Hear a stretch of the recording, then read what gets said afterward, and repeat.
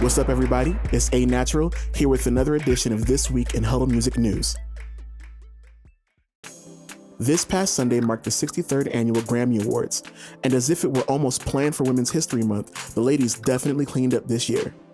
Meg the Stallion won Best New Artist and 2 more awards shared with the surprising guest star of the night, the record-breaking Beyonce, who by garnering her 28th Grammy became the most awarded female artist in Grammy history. Taylor Swift, Billie Eilish, and Dua Lipa also nabbed Grammys this night, making the awards a very female-friendly event. Interestingly enough, but unsurprising, were the lack of indie artists taking home any of the major or televised awards. Per usual, the Grammys pre-ceremony is where most of the niche categories are presented, and typically this is where indie artists shine. But this year was very telling in how not one indie artist took home a major award, something the Academy professed to change after all the scandal and changes that occurred last year. The absence of indie artist winners, combined with some major snubs, made for a very spirited commentary on social media, with fans and watchers voicing their complaints about the voting system.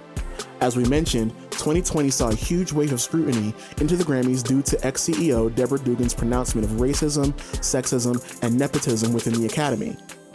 Current CEO Harvey Mason Jr. seemed to counter all of these accusations during the telecast with a flashy commercial detailing the Academy's plan to become more diverse, inclusive, and transparent.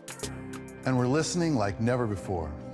We hear the cries for diversity, the pleas for representation, and demands for transparency. I first joined the Academy 20 years ago so I could vote for myself. But what I quickly found, what led me to become a trustee and now chair of the board, was that the Recording Academy is about so much more than an award, more than an individual artist, or even who's chair. Tonight, I'm here to ask the entire music community to join in, work with us, not against us, as we build a new Recording Academy that we can all be proud of. The current process involves members of the music industry, both major and indie, submitting music to be voted on by Academy members.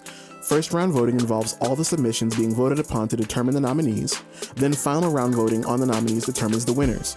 The conflict that's been questioned at this point is how much influence do label heads, A&Rs, and other bigwigs have in the determination of the winners.